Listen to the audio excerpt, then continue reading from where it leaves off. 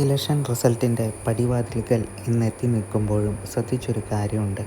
LDFിൻ്റെ confidence ഇല്ലായ്മയാണത്. ഇന്ന് reporter ചാനലിൽ CPM സംസ്ഥാന സെക്രട്ടറിയുടെയും KK ശൈലജ ടീച്ചറുടെയും ശിവൻകുട്ടി മന്ത്രിയുടെയും എല്ലാം പ്രസ്താവനകൾ വരുമ്പോഴും അതിൽ നിഴലിച്ചു നിൽക്കുന്നത് ഒരു കോൺഫിഡൻസ് ഇല്ലായ്മയാണ്. തമ്മിൽ ഭേദം കോൺഫിഡൻസ് പ്രകടിപ്പിച്ചത് ഗോവിന്ദൻ മാഷ് തന്നെയാണ്.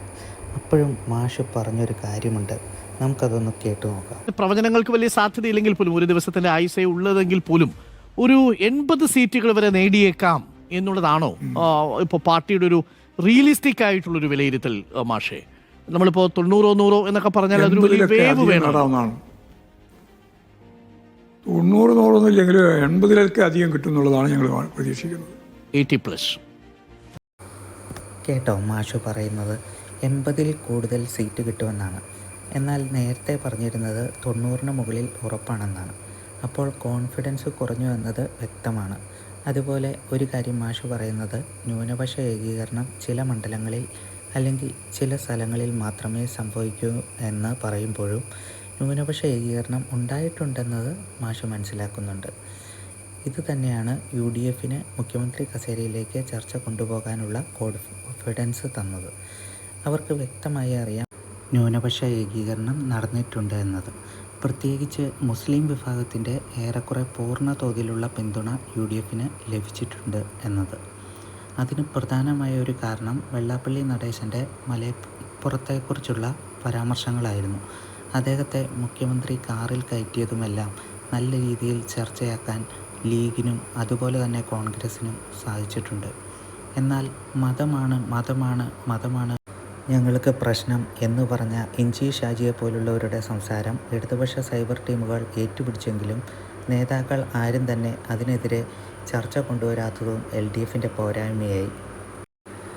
അതുപോലെ തന്നെ ഗോവിന്ദൻ മാഷിൻ്റെ ഭാര്യയെ തളിപ്പറമ്പിൽ മത്സരിക്കാൻ കൊണ്ടുവന്നതും തെറ്റായ സന്ദേശമാണ് ജനത്തിന് നൽകിയത്. കാര്യം, അവർ മാഷിനെ കല്യാണം കഴിക്കുന്നതിന് മുൻപേ പൊതുപ്രവർത്തകയാണ്, മാഷിനെ കല്യാണം കഴിച്ചെന്ന് കരുതി മത്സരിക്കാതെ ഇരിക്കേണ്ട കാര്യമുണ്ടോ എന്നൊക്കെ ന്യായപരമായും നമുക്ക് ചോദിക്കാം. എന്നാൽ അവിടെ സാധാരണ ജനങ്ങൾക്കും പാർട്ടി അനുഭാവികൾക്കും പെട്ടെന്ന് ദഹിക്കാത്തൊരു കാര്യം, മാഷ് പാർട്ടി സെക്രട്ടറിയും തളിപ്പറമ്പ് നിയോജകമണ്ഡലം MLAയും ആയിരിക്കുന്ന സമയത്ത് തന്നെ സ്വന്തം ഭാര്യയെ കൊണ്ടുവരുമ്പോൾ അത് തെറ്റായ സന്ദേശം നൽകുമെന്ന് ചിന്തിക്കണമായിരുന്നില്ലേ നേതൃത്വത്തിന് എന്നതാണ്.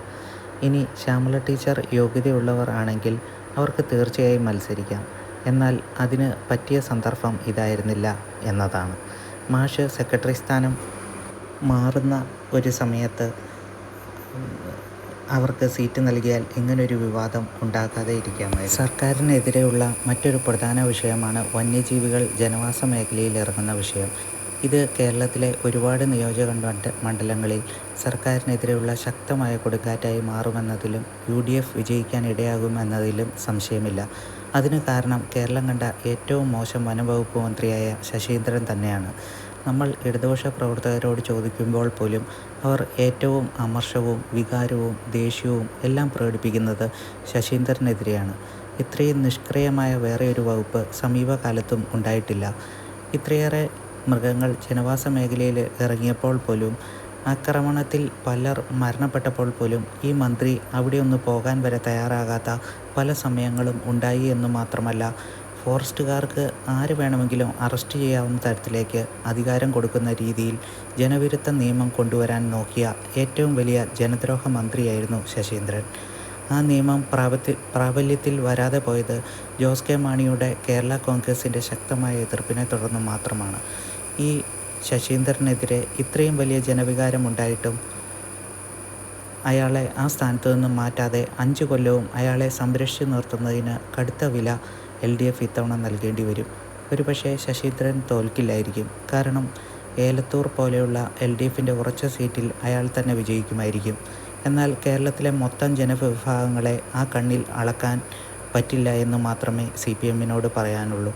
മലയോര മേഖലകളിൽ UDF തൂത്തുവാരുന്ന സ്ഥിതിയുണ്ടാവും. നോ ഡൗട്ട് 80-ൽ അധികം സീറ്റുമായി UDF അധികാരത്തിൽ വരിക തന്നെ ചെയ്യും.